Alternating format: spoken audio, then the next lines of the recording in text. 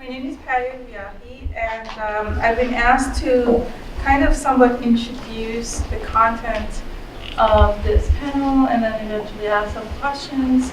So just very briefly, I work currently on a book that is assessing the critical dimension of contemporary architectural drawings. I have been looking at architectural drawings for the past few years. The drawings are not necessarily depicting what I'm going to talk about, but you're going to use your imagination and try to make some links. Architecture always oscillates between the abstract and the tangible, between the visual and the ineffable. And we see that across time and territory, architects have relied on different possibilities to give form to their thoughts and materialize their imagination. Let us go back to the Renaissance for a moment and revisit the thoughts of Leon Battista Alberti on what constitutes design and eventually beauty. In his book on architecture, he said, "The whole matter of building is composed of lineaments and structure." And lineaments is a word that he created, so that did not exist before. All the intents and purposes of lineaments lies in finding the correct, infallible way of joining and fitting together those lines and angles which define and enclose the surfaces of the buildings. Alberti went on to continue that it is quite possible to project whole forms in the mind without any recourse to material, by designating and determining a fixed orientation and conjunction for the various lines and angles.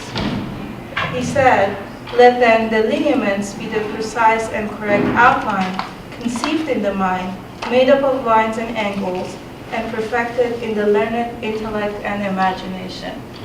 I'm using a drawing by a counterpart of Alberti, another 15th century architect, artist, who is actually here depicting Atlas, but I like to use this as an analogy of the role of the architect. Clearly, Atlas is bound to the earth, but he's also carrying the weight of the heavens on his shoulders, in this case on his arms. And what is very interesting is that he, as an architect, really has to reconcile between the abstract and the material world. But please do also observe that he is very much influenced by this incredible atmosphere that is around. There is a wind that is sweeping through his dress and undoing his locks. And so I think it's an interesting way to kind of think about this problem of architecture that is always somewhat in between the abstract and the material world. Now, in architecture, for the past 500 years, architects have been using architectural drawings in order to really give form to what they imagine, progress through their creative process, and also communicate to others what might become a project that is going to be built as a physical artifact, or something that might actually continue living in the drawn form. But the boundaries are vast. Sometimes architects have recourse to visual techniques. In this case, this is a work by Enrique Miralles, who always very productively used collage and really moved the boundary of architecture to something that was incredibly tactile and emotive in order to build a foundation for his architecture, which was extremely engaging and creative. In other cases, in this case the work of Peter Eisenman, architect was very much rule and process bound, in a way not dissimilar to something in the realm of the abstract and the process based, which probably goes towards the mathematics and the art, the mathematics side of things. And here you can see that the result is, of course, something that has form and has a certain presence. This was one of the many projects that have taken different forms in the course of his life, but you can also see there are multiple drawings that he used in order to arrive at this particular renditions of what his thoughts were on the space of a house. Currently, I'm working on what really defines the parameters of beauty somehow, and also what really counts as architecture and not, as it has become, as architectural drawings have become the territory of people who are pushing the boundaries of what is really properly architecture and what is not. These are a series of digital drawings, and here you can see, for example, It's a drawing by Marianne Coletti, and he's claiming that these are 2.5D drawings.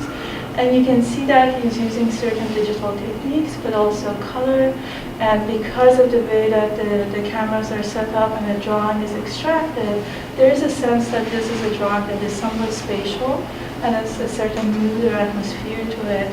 And so the drawing, in a way, is architectural without necessarily being built or inhabited in the ways that we perceive them. What is beauty in contemporary architecture? Is it something that is defined by order, or is it something that is defined by excess? Is it something that is based on a series of rules and processes that eventually lead us the path of order and symmetry? Or is it something that could entirely surprise us by its appearance? Ultimately, I would argue that all of these mathematical-based processes and these new technologies have really created a much more diverse field for architecture, really pushing it towards something that is neither in one camp or in another, but really in a hybrid in between that is trying to negotiate many different terrains and create all of this possibility for something that is a lot more inclusive, but also really can make space for transformations, deformations, and formations of new entities that could be architecture at other scales that we did not have access to previously. So that's for my presentation. Thank you.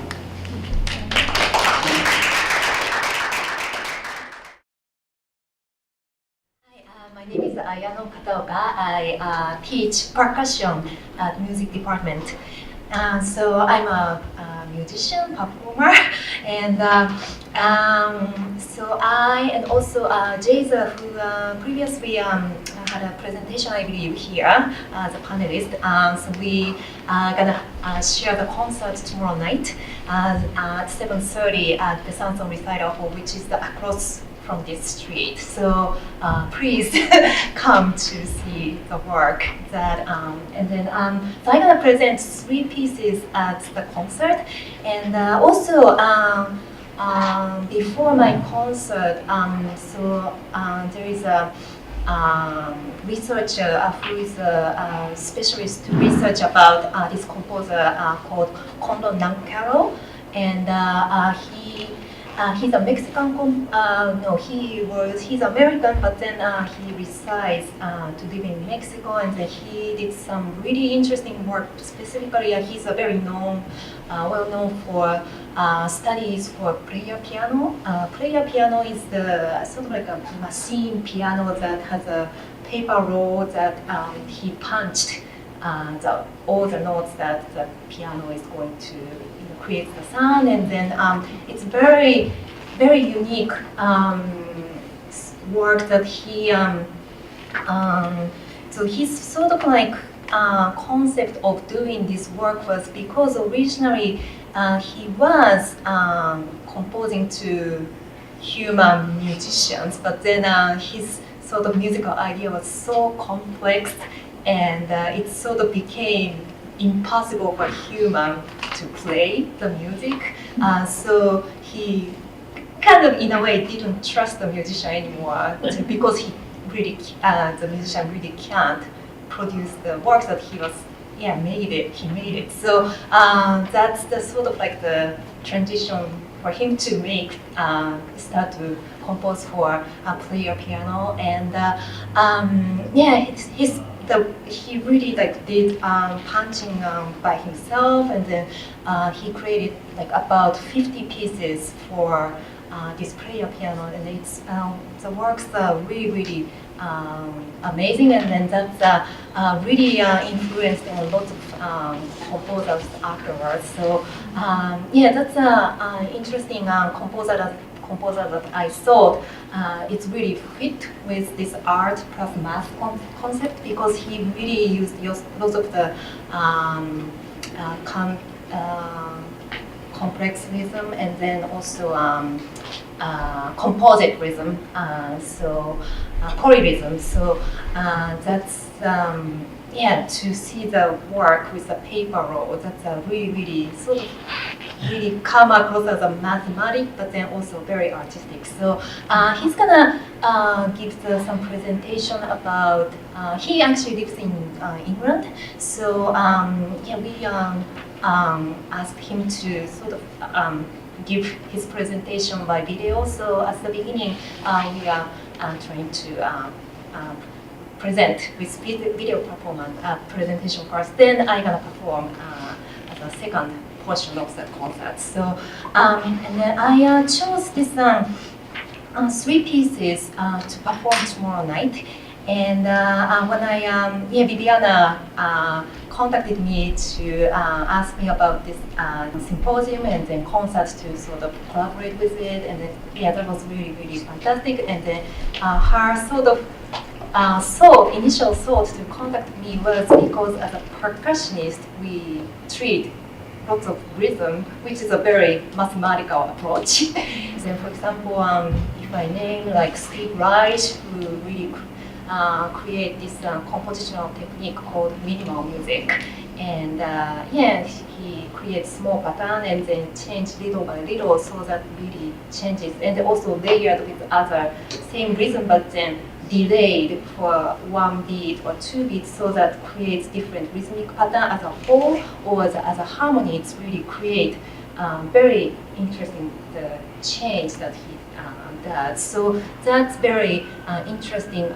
rhythmically, and then very mathematic approach as well. But then I also saw, since it has a art portion of it, so work like I kind of wanted to pick the piece that's very mathematical, but at the same time visually artistic. So, so when I kind of came to this idea, I thought about Morton Feldman, who is an American composer, and he's a big figure of the. He's a pioneer of the creating the graphic score. So this piece by Morton Feldman, and it's graphically scored, and each scale associated with the time, and then the number is the notes that you produce, and then dotted line is the sustained, and what else? When you see the number, amount of the sound that you create. And when you see R, that means roll. And when you see the Roman numbers, numeral numbers, that means you create the sound simultaneously, 2 notes simultaneously, or 3 notes. Or if you see the line goes down, that means something sustained note, but then pitch goes up to down, something like that. So he kind of had determined certain sounds to make, but then the rest is actually up to us. So it's really, so yeah, we call it indeterminate music. He sort of create this system that, yeah, he got really well known for that, and then also lots of other composers really took his idea to develop more. So I thought this would be a really mathematical idea, but then at the same time it's very interesting graphically. So I thought this would be a nice one. And then also he actually indicates that's the sort of also instruction that he wrote. He specified some symbols with B, bell-like sounds, skins, instrument, C, cymbal, G, gong. So you, yeah, get to pick some specific, but then the rest sort of bell-like can be any kind of bell-like sounds. That's the piece that I'm going to do. And then also, if you see one of the instructions, he says that the number 3 instrument to be played without sticks or mallets. So yeah, as a percussionist, usually I use stick to produce the sound, but actually I'm not alone to do it. So that's another interesting aspect of the composition that I kind of wanted to pick out. So that's that. And then also the first piece that you saw, this is a piece by Yanis Koutenakis. And we were talking a little bit earlier, it's Pari, that Koutenakis is a very, very important person for both area, because he was originally an architect, and then he became a composer, a very famous composer. And then his composition style is really taking from like he used like set theory or game theory, or that kind of all sort of mathematical idea putting into music. And also he's one of the pioneers of the computer music. So this piece is rather a later work of his composition, and but the very standard repertoire became standard repertoire for us as a percussionist. So I picked the piece as the closer of my presentation tomorrow. So I also I took the process to memorize this piece with this unique way that I also wanted to share. Do you know tabla from India?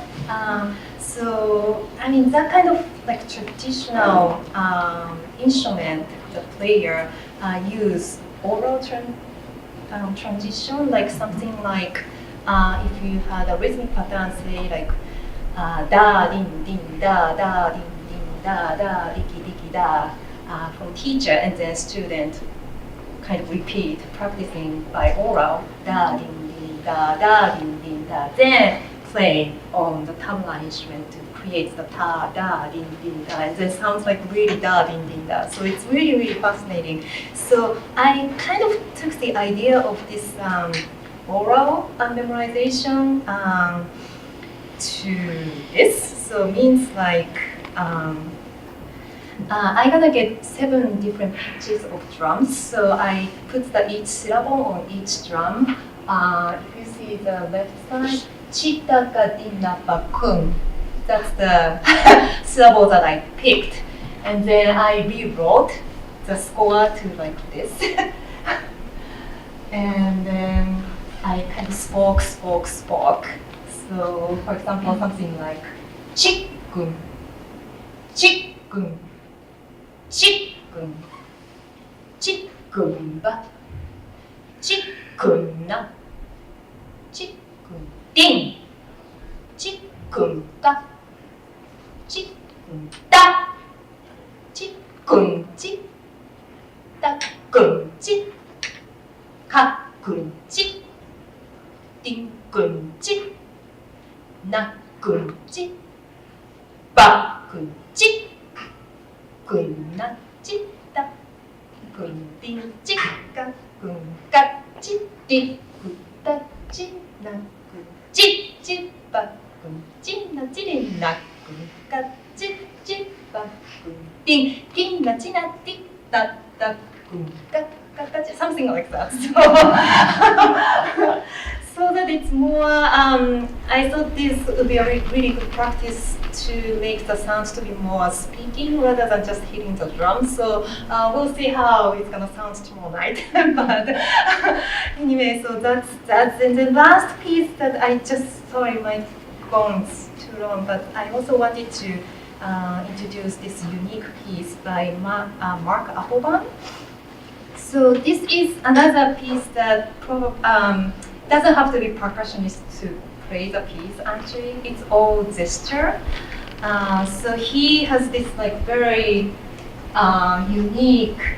So, for example, this one, the baseball mark, and he has all like symbol to explain about what it means, and it's like more than like maybe about 180 symbols that I got. So each one has each instruction, and I have to memorize each gesture. So this baseball one is the sort of like a motion to bring up, and this is the left hand, and then this one is the both hand to do something, and then the arm indicates the right hand to do this. So carriage return is the sort of like a typewriter as you change that, something like that. Or seal ziplock on top. That's like ziplock.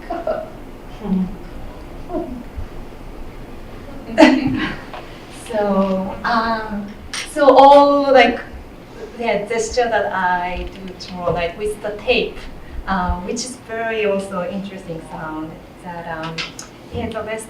Hopefully you get interested in with this presentation, and I hope I can see you guys tomorrow. Thank you.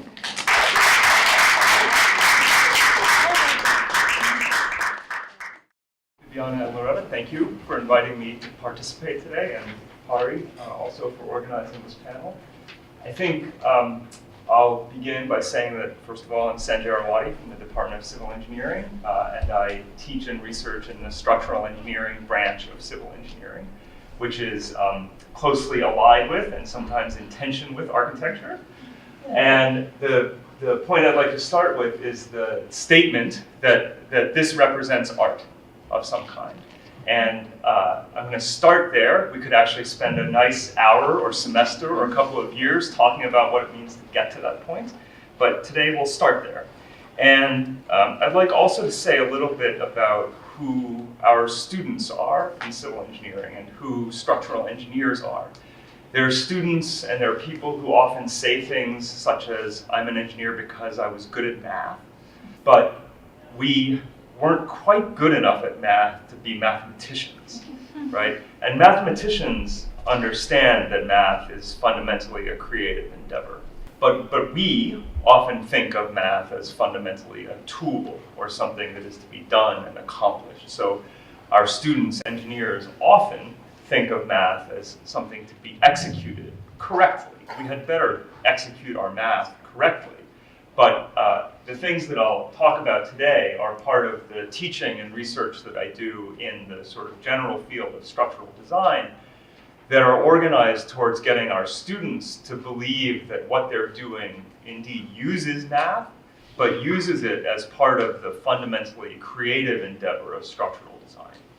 That's a quarter of the Brooklyn Bridge.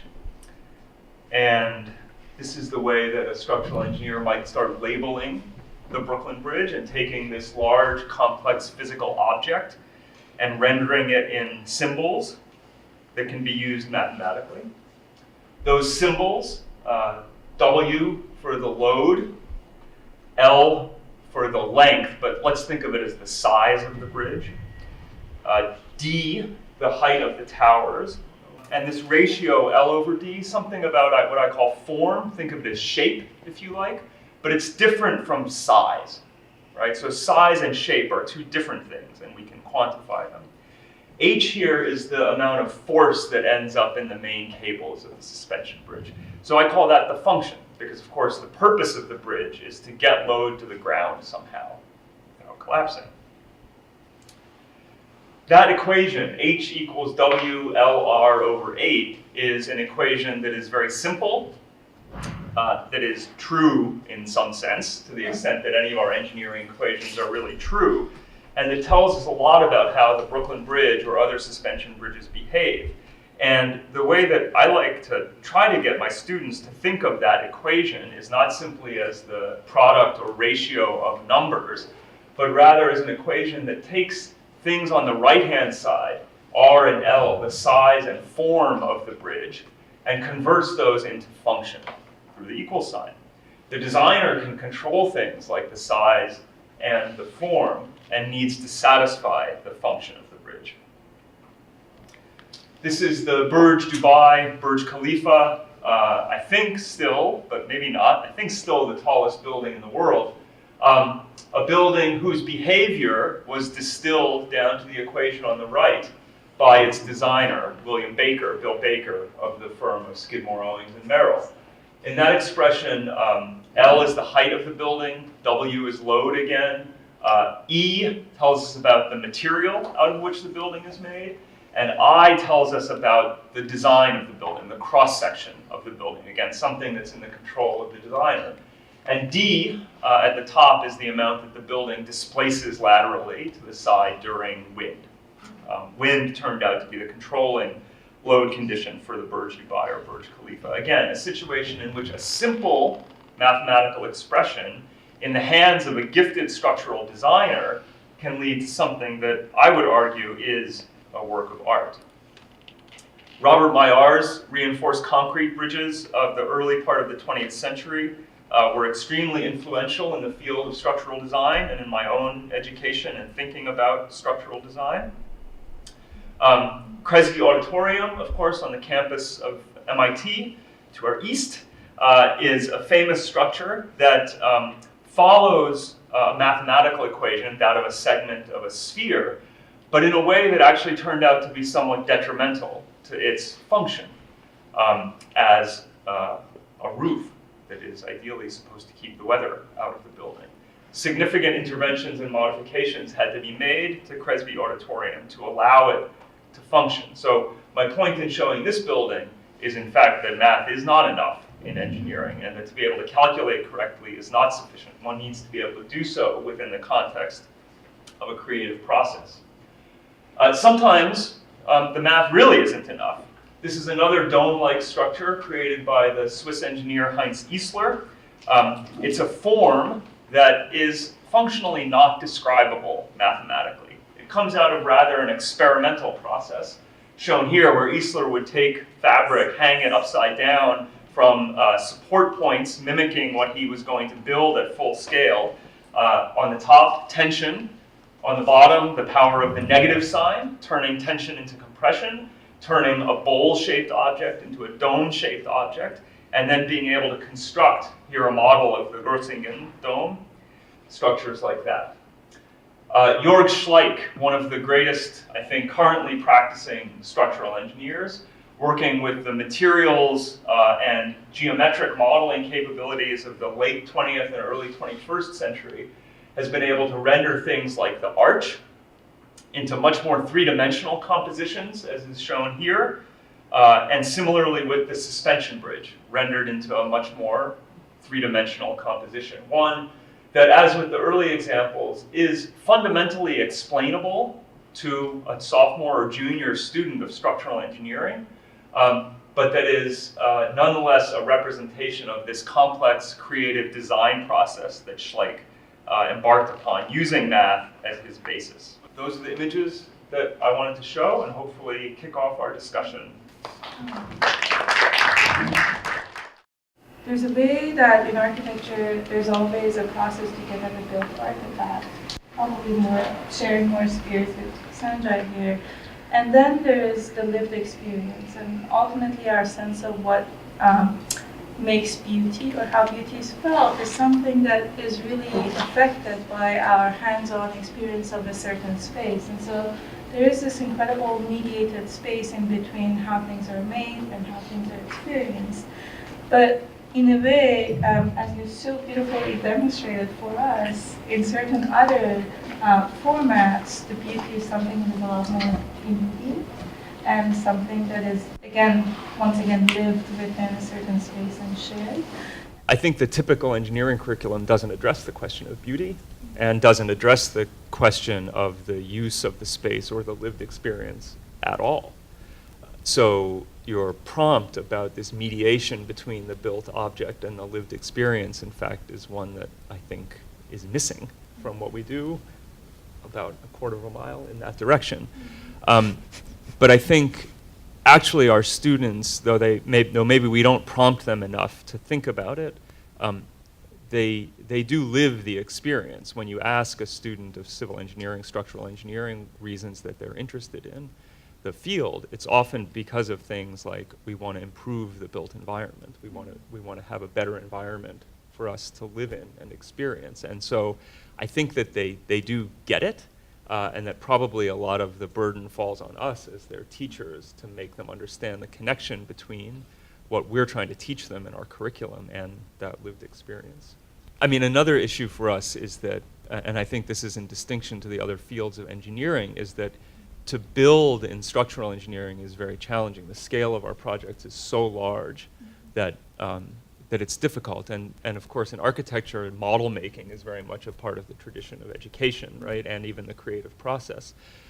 The challenge is that model making in structural engineering has to obey a different set of constraints than model making in architecture, which is, I guess, fundamentally more about spaces and the way that the components fit together. But for a model to be useful for a structural engineer, it needs to obey the laws of physics, which scale in different ways. So I would go even farther and say that our students, and most of our professors, me included, don't even really experience much of what we're doing as being about a built object at all, but rather more about the equations and the drawings that are produced. Yeah, as a musician, space is somewhere that we must have to for acoustic point of view, and the space really changes a lot.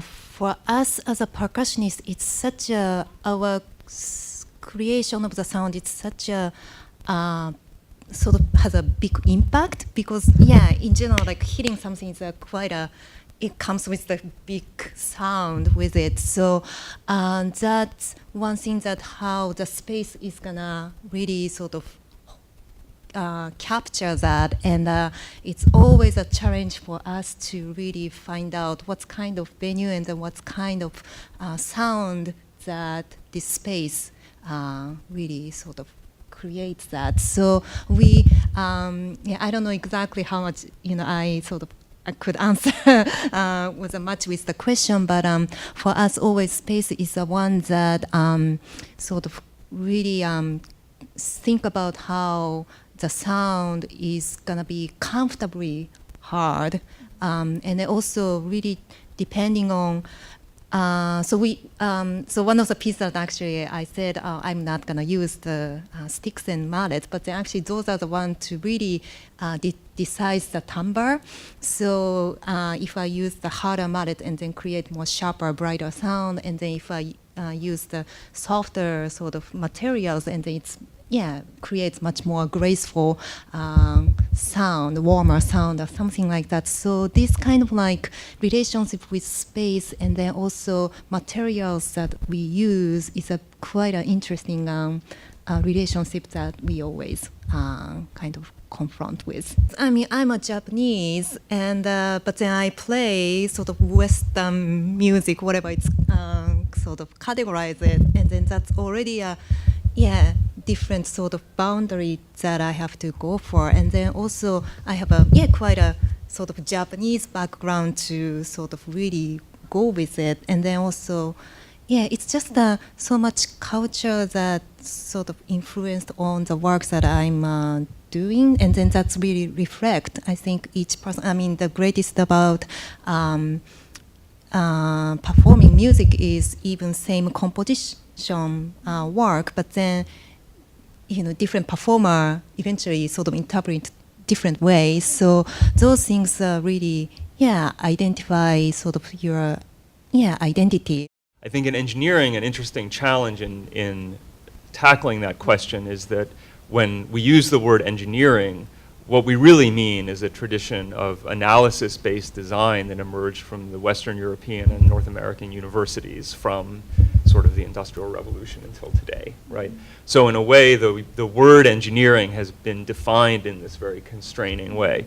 What that means, I think, is that if we want to go back and revisit built works from other cultures, East Asia, pre-industrial East Asia, right? Because modern East Asian engineering, it still comes fundamentally from this Western European analysis tradition. If we want to revisit works of construction from Africa, from East Asia, from South America, what we're left with is sort of going back with our tools of modern engineering analysis and trying to understand ways in which those buildings, those bridges, can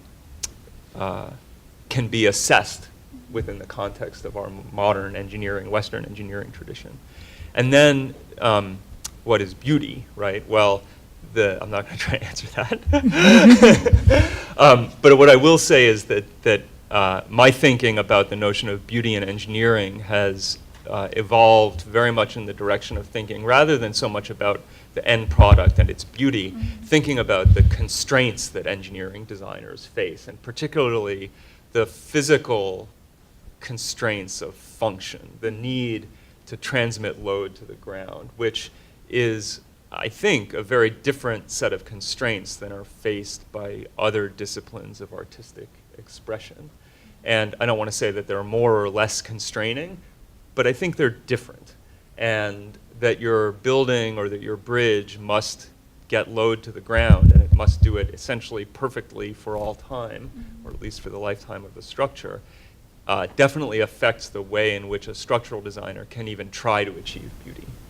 So without answering about what beauty is, that's my comment on the process of achieving beauty in engineering.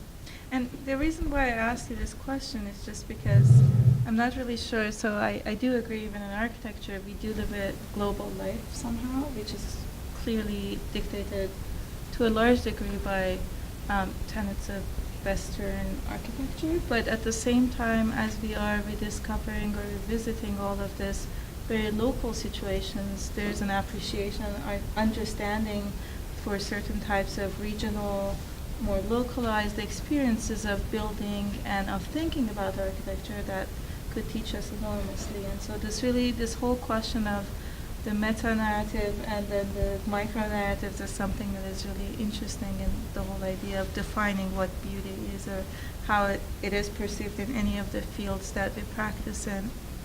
And then maybe one other question, and then we can open it up to the public, is everyone within their disciplinary boundaries have a very good sense of what is good, what is working, what are the principles at arriving at a certain sense of beauty or order. And I'm just asking them hypothetically, what would they do differently, or how would they arrive at a new definition of beauty if they had to change their discipline, as if they would switch suddenly and Sanjay would become a musician and Ayano would become an engineer or an artist. How would they do it differently? So the way I heard the question was about how would process change, or how would the way that you do things change if you had a different set of parameters, constraints, definitions of your objectives. Am I getting it? Yes. Well enough? Okay. And my short answer was that I would hope that my students would design rather than calculate. You know, it's my field is very interesting as a musician because we don't have much of the history.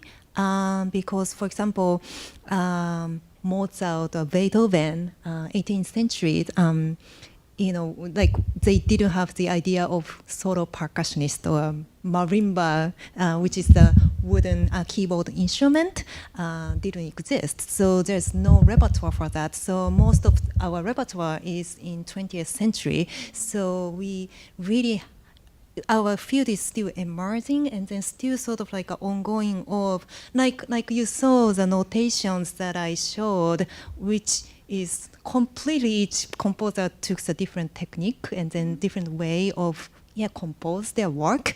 So that's one thing that for us, each sort of composition, we just have to change ourselves to fit into and then learn the music. So it's just like, it's always something that challenge, and it has to be different. So that's sort of still doesn't change as a musician, but then the way of approach to learn the music will be much more diverse than other instrumentalists, like pianists. Probably they would pretty much read the note. Like the last piece, the Xenakis is a more likely a notation was sort of similar to what they would read, but then we don't have a pitch, like a do re mi, that kind of pitch. So we really have to, we have a different pitch of the drums each time, and then really hearing different ways. So each performance can be even different. So those things are always just like diverse, and it's just like we kind of deal with it the momentumly.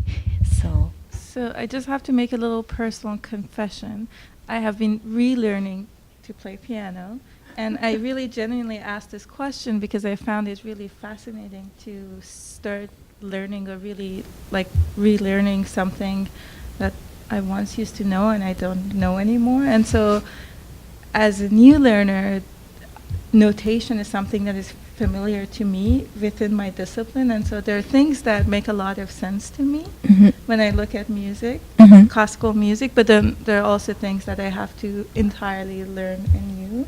And so I just find it both very liberating and intimidating at the same time. And so I just thought I should put it out there that this was a question that sparked in my mind as I have been thinking about these things. There's this whole notion of elegance.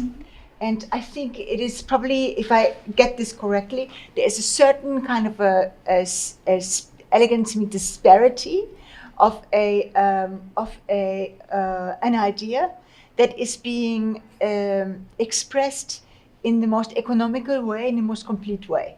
In what way would this kind of a notion figure into your practice? So I do two things. I do write about architecture, and then I do try to do architecture, and the two vehicles are very different from each other. I think we learn in our field to kind of synthesize a lot of different type of informations, and then eventually use much more abstract space of diagramming and notation and drawings that then communicate the idea.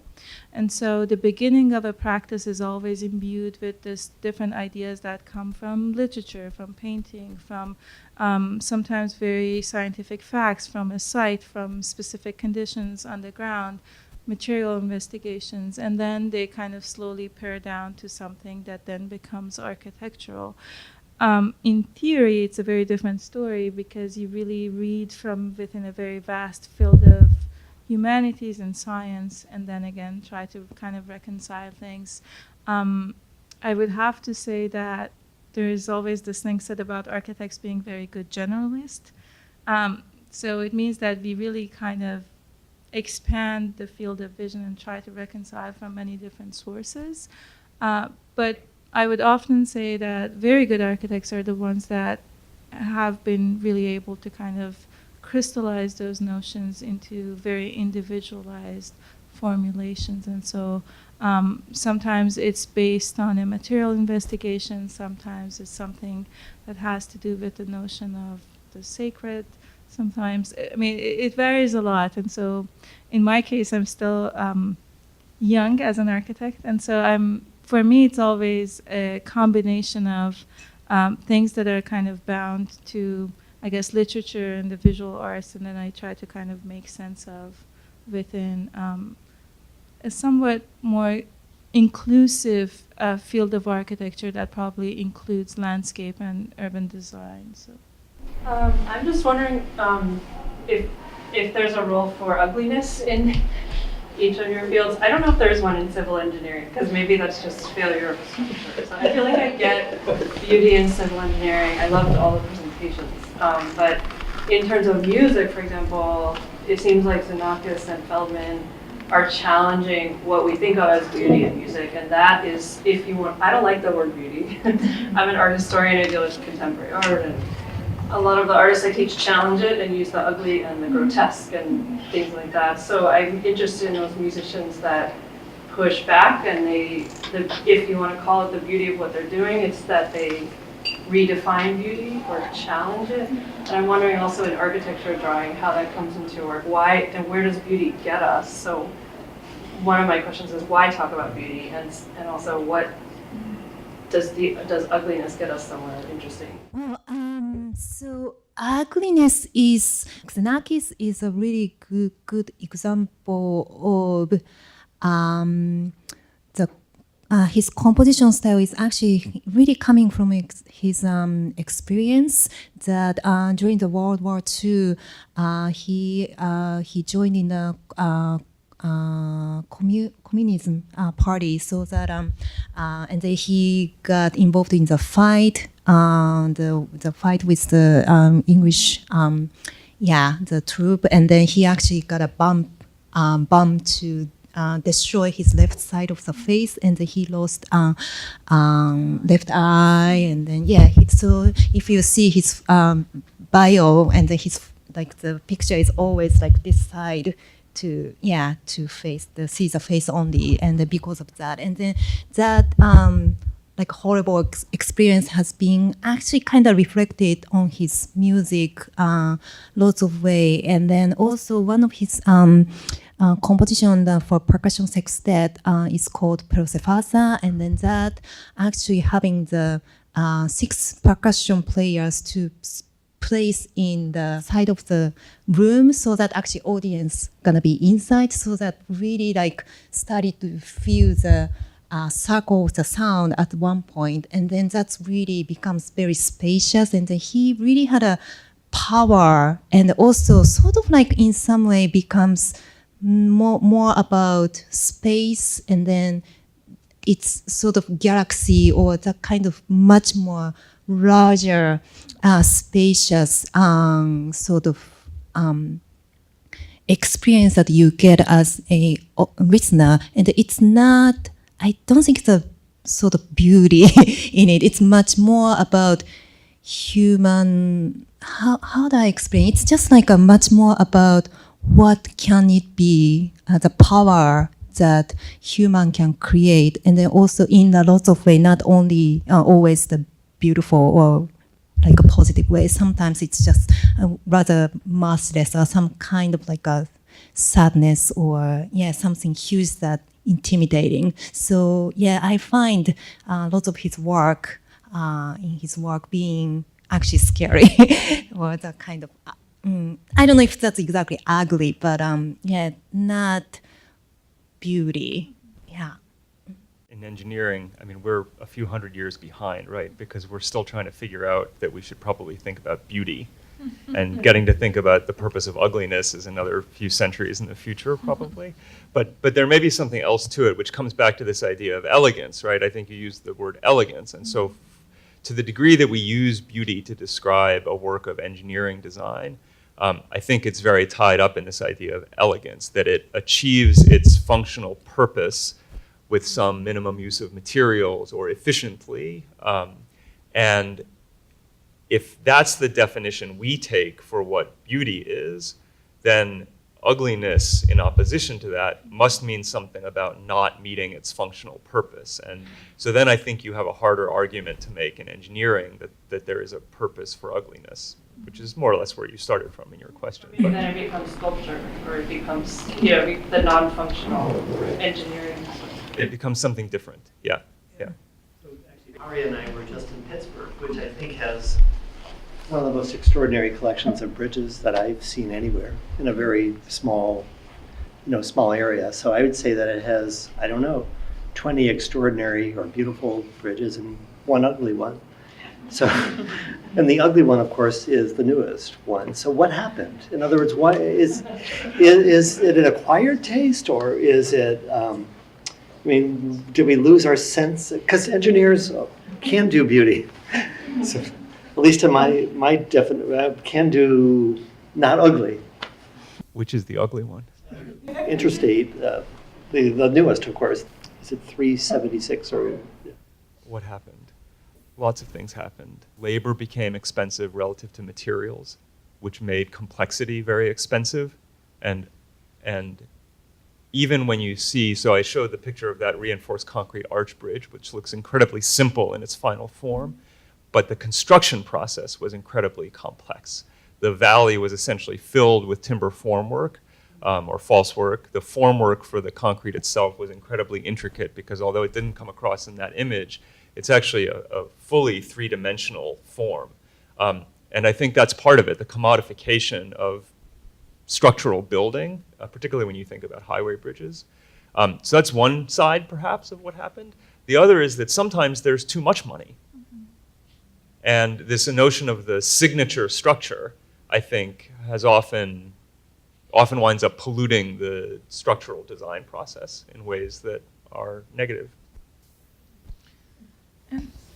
I just want to go back and answer for my part that question. First of all, I do find the question very, very interesting and thought-provoking. And in full disclosure, beauty is not even very much discussed these days in architecture. There are other words, there are other placeholders.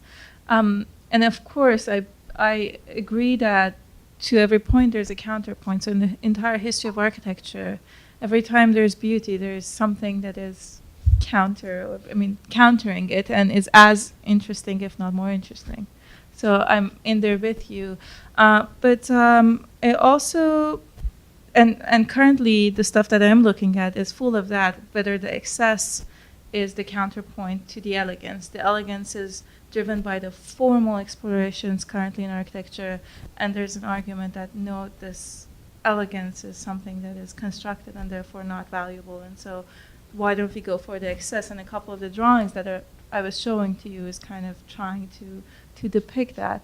So it's a very interesting question, and I would say that in architecture it gets more complex because the use comes, and so therefore beauty becomes a lot more subjective and not even the first criteria to evaluate the work with, but definitely something to be very conscious about. And I do agree, the moment Echo's History of Beauty came out, I was waiting for the History of Ugliness to also come out, and so that I could read that. I'm in there with you. Sometimes the budget's too big, so the engineer architects fail to put parameters and get to what's essential to make a structure do what it needs to do without overdoing it. Is that essentially what you're saying? Yeah, that's exactly what I was So trying no to get. limits, too much. Oh.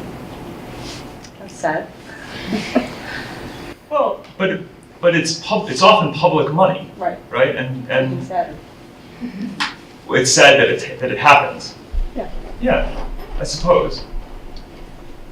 But better for the public to put the constraint back on, maybe. Right, Yeah, that's what I'm okay, saying. good. It's like educational departments. You have a budget for your department, you have to spend it all, or you don't get the same amount next year, right? Just want to say that I really also do want to thank Bibiana and Loretta, and the two of you. It's a pleasure to be sitting here discussing these things with you. So thank you very much for your patience and also for listening to us and engaging in this discussion. Some of us will probably continue these dialogues in many forms, hopefully over the course of the far near future. So thank you very much.